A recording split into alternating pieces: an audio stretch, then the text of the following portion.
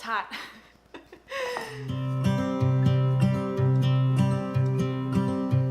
Hey guys, my name is Gabby and we're talking self-love today. I talk a lot about self-love on my Instagram and my blog and how much self-love I've gained in the last 2 years. However, it doesn't mean that it's easy, and it also doesn't mean that you're not faced with different challenges. And that's exactly what I want to talk to you about today. Now, one of the things that I mention when I talk about self-love for me personally is fitness.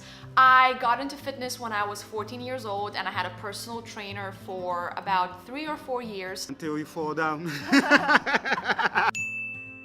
And I always wanted to be as skinny as possible. I used to work out every single day for about 2 hours. I had an insanely clean diet. I was super tiny and I was super shredded. I had like abs, muscly and like toned arms and legs. I was like super fit and I was only 15 and I wanted to be a model. I was like, oh, I want to be Victoria's Secret model. Like I want to walk the runway and I want to be like super fit. And at some points I would take pictures of myself and I would hate it because I always felt like I wasn't skinny enough. This is one of the pictures and clearly I am teeny tiny there, but yeah, I felt like I was still fat and I still needed a lot of work to do. So my journey since then, and especially in the past 2 years, is accepting my body for what it is and working out because I want to and I love to, and not because I need to make myself insanely skinny. When I first moved to New York a little over 3 years ago, I started working out again 2 hours a day early in the mornings and having really crazy and clean diet. And yeah, I was super fit and I had abs and like all that stuff, but I wasn't socializing a lot with people. I didn't want to go out because I used to think, oh my God, what am I gonna eat? And if I eat this, then the next day I need to like work out more. And it was all, exercise was almost, I'm not gonna say a punishment, but I needed to work out in order to overcompensate for the things that I ate. Even if I ate healthy things, I would still think that I need to eat very little. So one of the struggles that I am faced with on this self-love journey, oh whoa, I almost knocked my coffee out. I'm just gonna move that out of the way.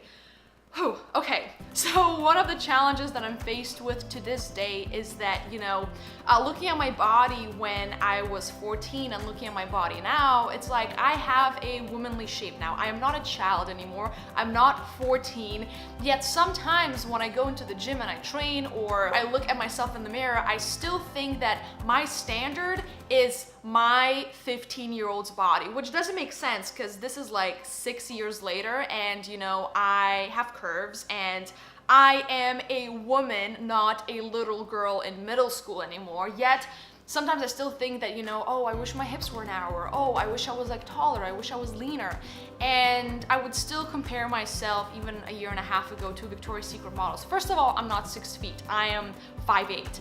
And second of all, like I am not like, I have a pear-shaped body. I'm not, straight, and a lot of models are just rectangles. I don't know the body shape that they are, but they're just like very straight. And that's beautiful, and also that's what I always wanted to be for the longest time, but that's not what my body looks like. That's not like, I cannot compare myself to a 6-foot model that is super lean because that's not what I look like. Yet I try to make myself look like them even though it's genetically impossible. I could work out endlessly every single day, yet I would still not look like them. So one of the things, especially when it comes to fitness, is accepting my body for what it is. And I also started getting some new role models. The thing is, I always had like pictures of these amazing Victoria's Secret models on like my wall or like in my notebooks when I was growing up because I was like, that's what I want to look like. So I started looking at people that look like me. Get yourself some role models that actually look like you. The same way, if you're an aspiring basketball player, you're probably gonna look up to like someone like Michael Jordan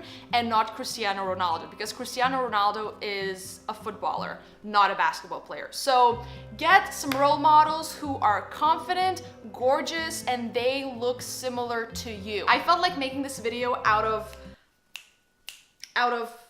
I was just really inspired to make this video because I was thinking a lot about self-love yesterday, because I met with my friend Ali, who is amazing and so body positive, and she has so much self-love. So it's been kind of in my mind for the last 24 hours and I wanted to share that with you. Self-love, it's so important, but it doesn't mean that it's easy. Yet we have to work on loving ourselves. So I hope you enjoyed this video. If you did, make sure to give it a thumbs up and subscribe, and I'll see you very soon. Bye!